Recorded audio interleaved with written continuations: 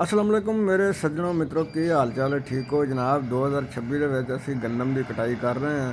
ਤੇ ਮੌਸਮ ਬੜਾ ਖਰਾਬ ਸੀ ਕਹਿੰਦੇ ਸੀ 10-12 ਤਰੀਕ ਤੱਕ ਜਿਹੜਾ ਨਾ ਬਾਰਿਸ਼ਾਂ ਦਾ ਬੜਾ ਇਮਕਾਨ ਹੈ ਤੇ ਅਸੀਂ ਕੋਰ ਵਾਰੀ ਲਾਈਆਂ 2-3 ਹਾਰਵੈਸਟਰਾਂ ਤੇ ਜਨਾਬ ਸਾਰੀ ਕਣਕ ਕਰ ਲੈ ਇਹ ਦੇਖੋ ਜਨਾਬ ਹਾਰਵੈਸਟ ਲੱਗੀ ਹੈ ਨਜ਼ਾਰੇ ਦੇਖੋ ਤੁਸੀਂ ਨਜ਼ਾਰੇ ਚੈੱਕ ਕਰੋ ਠੀਕ ਹੈ ਅੱਗੇ ਸਾਰੀ ਵੀਡੀਓ ਜਿਹੜੀ ਇਹ ਹਾਰਵੈਸਟਰ ਦੀ ਮੈਂ ਬਣਾਈ ਹੋਈ ਹੈ ਬੜਾ ਮਜ਼ਾ ਆਉਂਦਾ ਦੇਖਣ ਦਾ ਤੇ ਇੱਕ ਨਵੀਂ ਟੈਕਨੋਲੋਜੀ ਹੈ तकरीबन 20 से 25 एकड़ जोड़े ने एक दिन सारा की कटाई करके लाएंगे कितना मज़ा आएगा देखो नज़ारे का मौसम जो खराब है देख रहे हैं